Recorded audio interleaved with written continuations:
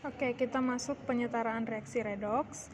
Nah, penyetaraan reaksi redoks ini dapat dibagi menjadi dua konsep gitu ya. Konsep yang pertama dengan menggunakan metode Bilox, terus yang kedua metode setengah reaksi gitu ya. Nah, di mana pada metode Bilox ini ada dua jenis reaksinya. Ada reaksi ion, artinya dia mengandung ion. Ada reaksi rumus yang hanya rumus kimia biasa tanpa ion. Nah, ini kedua ini caranya pun berbeda dalam menyelesaikannya menggunakan metode Bilox gitu ya. Nah, semua metode ini atau reaksi ini berlangsung dalam kondisi atau suasana tertentu, yaitu dalam suasana asam atau suasana basa gitu ya. Nah, sekarang kita membahas tentang yang pertama adalah ini menggunakan metode Bilox yang reaksi ion ya. Reaksi ion.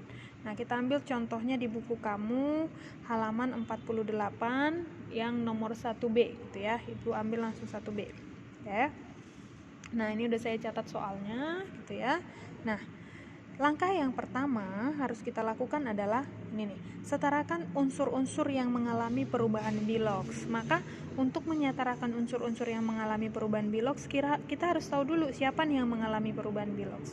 Pada umumnya sih O dan H jarang mengalami perubahan Bilox gitu ya, tapi ada kalanya dia mengalami perubahan. Aku menyampaikannya pada umumnya gitu ya. Nah, oke. Nah, di sini kita lihat si CR di sini berapa ya Biloxnya ya? Kita hitung coba. O kan minus 2 ya. 7 kali minus 2 min 14. Pindah ke kanan jadi 14. Tambah minus 2 jadi plus 12. Kalau dibagi 2 berarti plus 6 Biloxnya ini. Coba kita cek CR yang di sini. Ini plus 3. Oh, berarti ini mengalami perubahan Bilox nih. Ini 6 jadi 3 gitu ya. Ini kita cek coba. 4 kali minus 2 min 8. Pindah ke kanan plus 8. Tambah minus 2 jadi plus 6. Lalu kita bagi 2 berarti plus 3. Kita cek di sini si C yang di sini. Ini 2 kali minus 2 min 4. Pindah ke kanan jadi plus 4, berarti ini plus 4 si C. Oh, ini juga berubah jadi 3 menjadi 2. Oke, tadi instruksi pertamanya setarakan unsur-unsur yang mengalami perubahan Bilox. Berarti yang mengalami perubahan Bilox itu adalah CR dan C. Kita lihat CR di kiri berapa? 2. Di kanan masih 1, maka kali 2. Supaya sama gitu ya. Lanjut, C di kiri berapa? 2. Di kanan masih 1, maka supaya setara saya kali 2. Oke. Lalu setelah itu apa?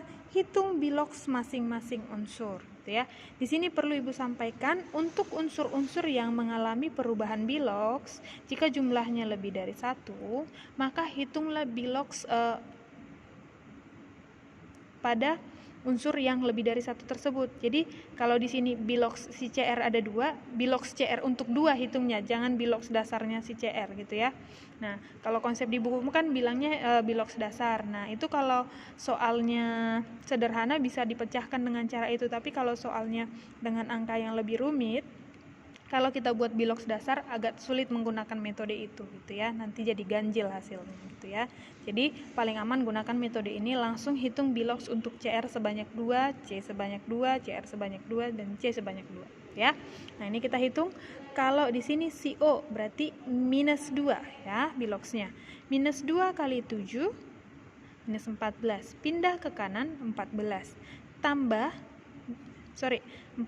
minus 2 berarti jadi plus 12. Berarti si CR2 nilainya plus 12 ya.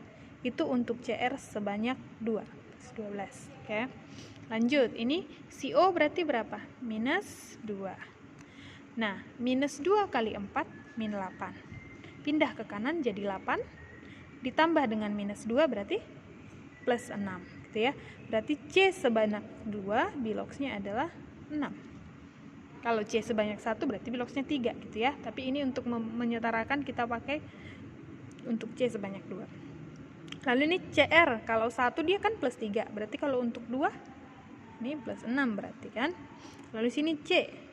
Ini kan artinya kalau 2CO2 itu artinya 2C tambah 4O sama dengan 0. 4 dikali minus 2 min 8. Pindah ke kanan jadi plus 8. Artinya si 2C itu nilai Biloxnya adalah plus 8 gitu ya. Nah, setelah ini ketemu, kita apa?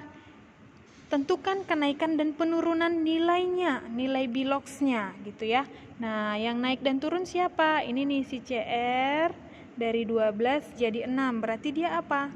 Turun. Turun sebanyak berapa? Turun sebanyak 6. Gitu ya.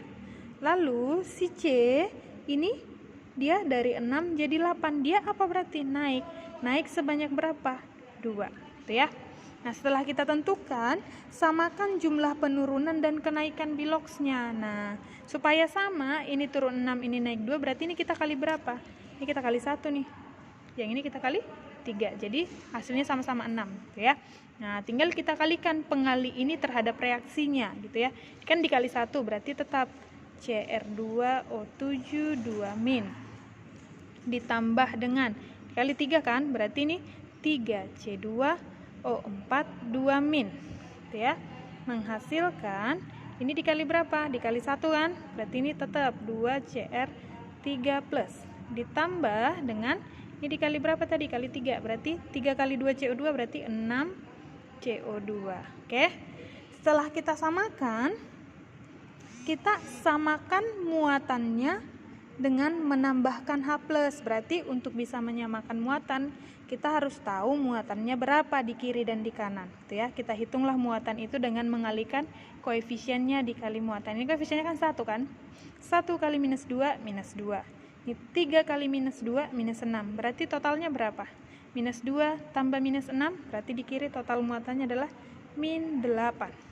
Gitu ya. Lalu di kanan, 2 kali plus 3, plus 6. Gitu ya.